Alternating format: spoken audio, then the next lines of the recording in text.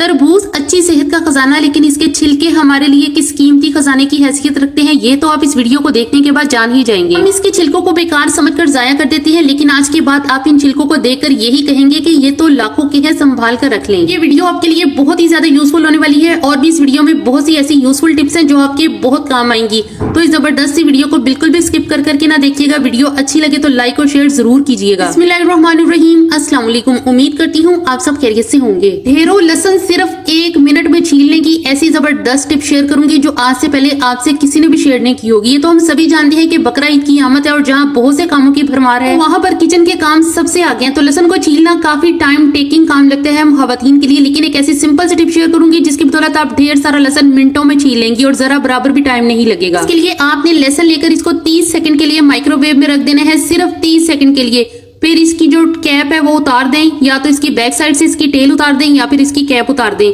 अब आपने क्या करना है कि टिश्यू पेपर या कपड़े की मदद से नीचे वाले लहसुन की कलियों को ऊपर धकेलें तो ये नरम होने की वजह से आराम से निकल आएंगी। लहसुन चूंकि गर्म है इसलिए मैंने टिश्यू से होल्ड किया हुआ है, आप ठंडा करके भी लहसुन की कलियों को निकाल सकते हैं, ये बासानी बाहर निकल आएंगी। इस तरीके से आप अपनी रेसिपीज के लिए ढेर सारा लहसुन छील सकती हैं। तो बढ़ते हैं नेक्स्ट टिप की तरफ। सस्ते प्याज को महफूज करने का इतना आसान तरीका शेयर करूंगी जिससे प्याज ना तो खराब होगा और ना गले सड़ेगा। चाहे 20 किलो प्याज आप 1 साल के लिए सेव करके रख लें। आपने इसे टोकरी में डालकर रखना है, किसी टब या खुले पतीले में नहीं डालना क्योंकि टोकरी में प्याज को हवा लगती रहेगी। अब जिस कमरे में कूलर या एसी या फिर पंखा ही चलता हो, इसमें चारपाई या फिर बेड के नीचे इस टोकरी को आपने रख देना है। 4 से 5 दिन बाद प्याज को शफल करते रहे, यानी नीचे का प्याज ऊपर और ऊपर का नीचे। ऐसा करने से प्याज कई महीनों तक भी खराब नहीं होगा। इस सस्ते प्याज को महफूज करने की सबसे आसान टिप है, इससे प्याज की जो फ्रेशनेस है वो खत्म नहीं होती। तो उम्मीद करती हूँ मेरी ये टिप आपको अच्छी लगी होगी। कि गर्मी इतनी शदीद है और लोड शेडिंग का भी मसला है तो फ्रिज में रखा आटा फौरन खराब हो जाता है। तो ऐसी टिप शेयर करूंगी जिससे आटा अगर पूरा दिन भी बिजली ना आए तो खराब नहीं होगा। तो इसके लिए आपने आटा गूंदने के लिए जो पानी इस्तेमाल करना है वो फ्रिज का ठंडा होना चाहिए। ठंडे पानी से आटा गूंदने से आपका गूंदा हुआ आटा अगर गर्मी में सारा दिन भी बाहर पड़ा रहेगा तो खराब नहीं होगा। और आटे को आपने नमक डाले बगैर गूंदना है। नमक भी आटे को इस गर्मी में खराब कर डालता है बहुत जल्दी, इसलिए नमक का इस्तेमाल नहीं करना। और आटे की डो जो है इसको आपने सख्त रखना है, यानी कि इसको आपने सख्त गूंदना है, बिल्कुल इस तरह से जैसे कि आपको वीडियो में नजर आ रही है। आटा गूंदने के बाद सबसे अहम पॉइंट कि आपने इसको सेव कैसे करना है, क्योंकि यही सबसे बड़ा जो है वो मसला है कि आटा जो है वो जल्दी खराब हो जाता है गर्मी में। तो इसके लिए आपने प्लास्टिक का या फिर शीशे का बोल इस्तेमाल नहीं करना, क्योंकि अगर आप इन बर्तनों में आटा रखते हैं, अपना आटा सेव करने के लिए रखते हैं, तो इनमें कूलिंग भी जो है वो देर से पहुंचती है और अगर बिजली चली जाए तो ये फौरन से जो है वो इनका टेम्परेचर अपनी नॉर्मल पोजीशन पर आ जाता है। आटा गूंदने के बाद आपने इनको एल्युमिनियम या स्टील के पतली परत वाले बर्तन में रखना है। ये बर्तन जल्दी ठंडे हो जाते हैं और देर तक ठंडे भी रहते हैं। अगर बिजली चली भी जाएगी तो ये बर्तन काफी देर तक ठंडे रहेंगे और ये बर्तन आपको इजीली मिल जाएंगे। मैंने वैसे ये बाहर फेरी वाले से लिया था, मार्केट में मुझे ये कहीं से नहीं मिला।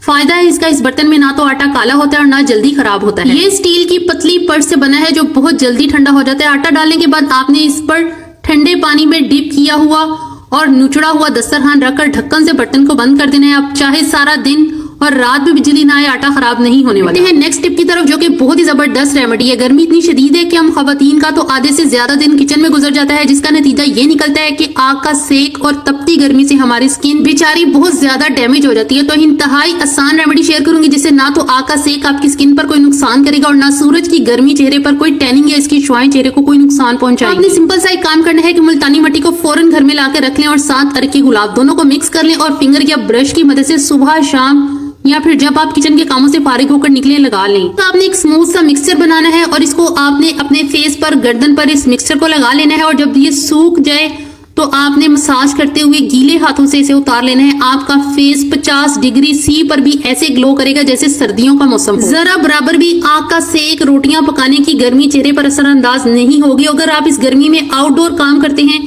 यानी कि आपकी आउटडोर एक्टिविटीज बहुत ज्यादा हैं, तो यही टिप आपके लिए बेस्ट रहेगी, स्किन फ्रेश और बिल्कुल लेमन की तरह। तो उम्मीद करती हूँ मेरी ये टिप आपको अच्छी लगी होगी। अच्छी लगी हो तो वीडियो को जरूर से लाइक कर दे। बढ़ते हैं नेक्स्ट टिप की तरफ। चिकन साफ करने की इंतहाई आसान टिप शेयर करूंगी जिससे चिकन चाहे जितना मर्जी गंदा हो मिनटों में साफ हो जाएगा, ना इसे स्मेल आएगी। चाहे बारबेक्यू करें, बिरयानी या फिर कढ़ाई बनाएं। तो इसके लिए आपने चिकन को धोने से पहले इसमें आधा कप के बराबर खट्टा दही डाल देना है।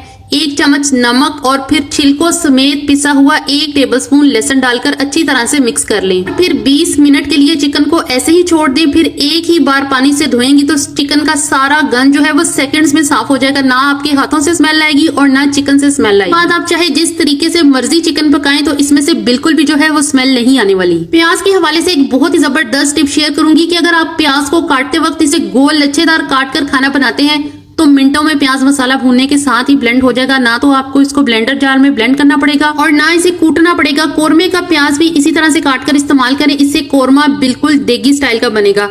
अगर आपके पास ये वाला कटर है तो बेस्ट है, नहीं तो आप छुरी से भी प्याज को जो है वो काट सकती हैं, लेकिन बिल्कुल बारीक कटा हुआ हो। तो इसका रिजल्ट आपके सामने है। प्याज कितना अच्छे से ब्लेंड हो गया है, मसाला जो है वो बिल्कुल परफेक्ट बना है। शोरबे में भी आप इसी तरीके से जो है वो लच्छेदार प्याज काटकर इस्तेमाल करें, फौरन ब्लेंड हो जाएगा। इस तरीके से कटा हुआ प्याज जो है वो सालन पर कभी नहीं तैरेगा। उसके छिलकों के हवाले से बहुत ही जबरदस्त टिप शेयर करूंगी, क्योंकि तरबूज तो हम खा लेते हैं लेकिन इसके छिलके जो है वो हम जाया कर देते हैं। ये किस कदर कीमती है हमारे लिए या इनकी हमारी जिंदगी में कितनी अहमियत है, तो इसके लिए आपने वीडियो के इस पार्ट को जो है वो फुल वॉच करना है। करेंगे हमारे लिए जो है वो लाखों रुपयों से भी ज्यादा कीमती है। जी हाँ, लाखों रुपयों से भी ज्यादा कीमती।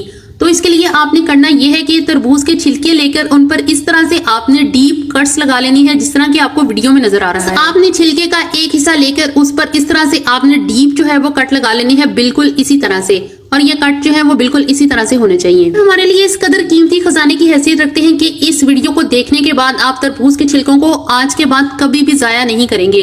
अब आपने इस तरह से कट लगा लेने के बाद एक विटामिन ई का कैप्सूल इस तरबूज के छिलके पर खोल कर डाल देना है। इसके बाद आपने 2 चुटकी के बराबर इस पर फटकरी डाल देनी है। और ये जो फटकरी है वो आपने पिसी हुई ही लेनी है।